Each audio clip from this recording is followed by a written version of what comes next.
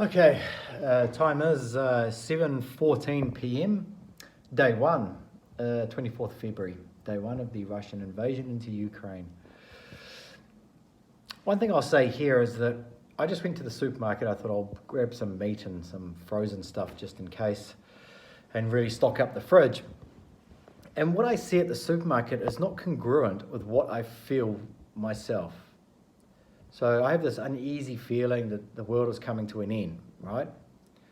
The supermarket is, no one's buying ridiculous amounts of toilet paper or water or anything like that.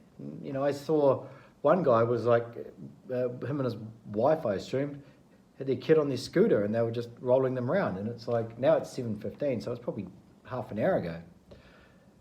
It's just, that's the thing that's really kind of messing with me, is that I'm thinking that people should be like on lockdown, living in bunkers and stocking up on preserved foods, you know, rations and all that sort of stuff.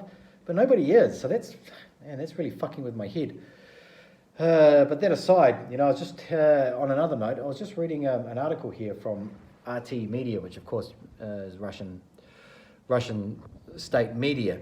Right, and I do actually follow this, RT. I'm not pro-Russian, as I've already mentioned before, but sometimes they do have interesting stuff on here.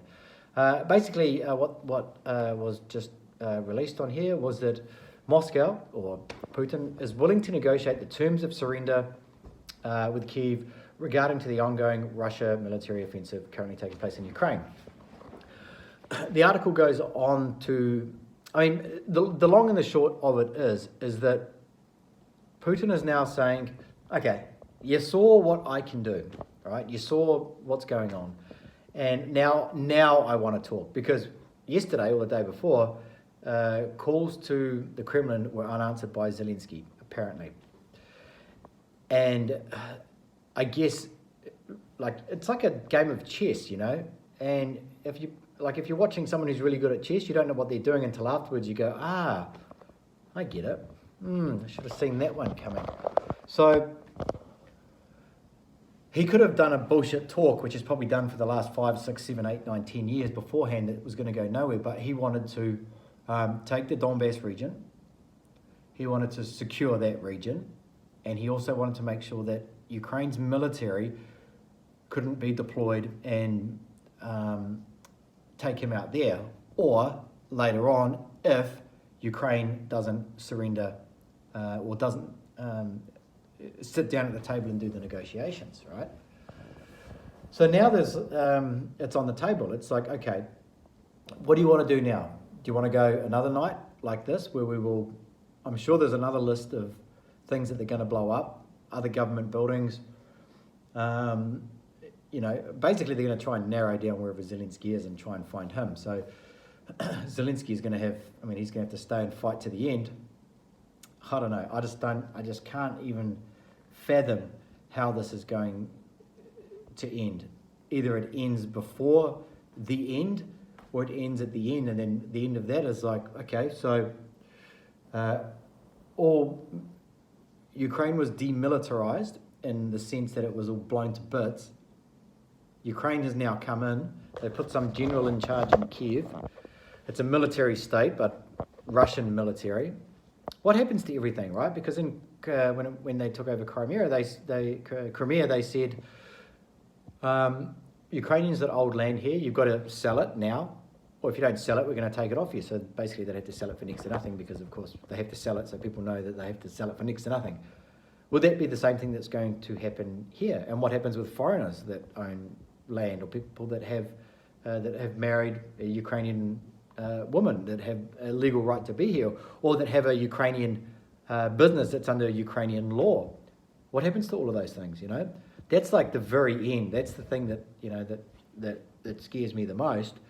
In terms of, if it's got to that point there's going to be so much devastation and destruction and people that have died on both sides to get to that. But going back to this article here, basically what Putin has said is that this operation has its goals. and they must be achieved. The president said that all decisions have been made and the goals have achieved. So he knows what he wants, right? And he wants Kiev or Zelensky to agree to these rules, which are basically, like he's saying, he's calling it securing the peace. But basically the rules are that Ukraine will be demilitarized. And it will guarantee neutral status, like Switzerland, and it has promise of no weapons on its territory. Now, is that a good thing or a bad thing? Fuck knows. But I think that building up your military, you'll be seen as a threat.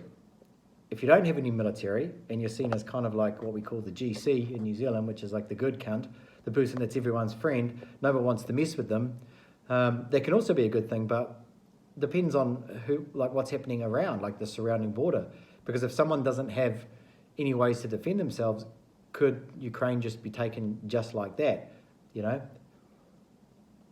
And even if it does have military, it could still be taken just like that, just with a little bit more effort and a lot more dead people. So my guess is tonight, being a psychological game to scare the people that are here into begging Zelensky to somehow give up, perhaps. I think that today they're going to blow up some more government buildings, maybe some ammunition silos. I don't know, just some stuff. But one thing I think is for sure is that one loud or two loud super flashbangs in the sky last night, there's going to be a shit ton of them tonight or tomorrow morning. And the next day will be even worse. And the day after that will be even worse as Putin pushes the screws in to make it incredibly scary. But from what I see, people doing their shopping, nobody seems to care, which I don't know. That really is very uneasy for me. But those are just my thoughts anyway. At 7:21 p.m, you know, I really just want to go to sleep soon and sleep all the way through till about 9 a.m. and not hear anything. I'm not sure if that's going to happen or not. I think it's going to be pretty fucking loud.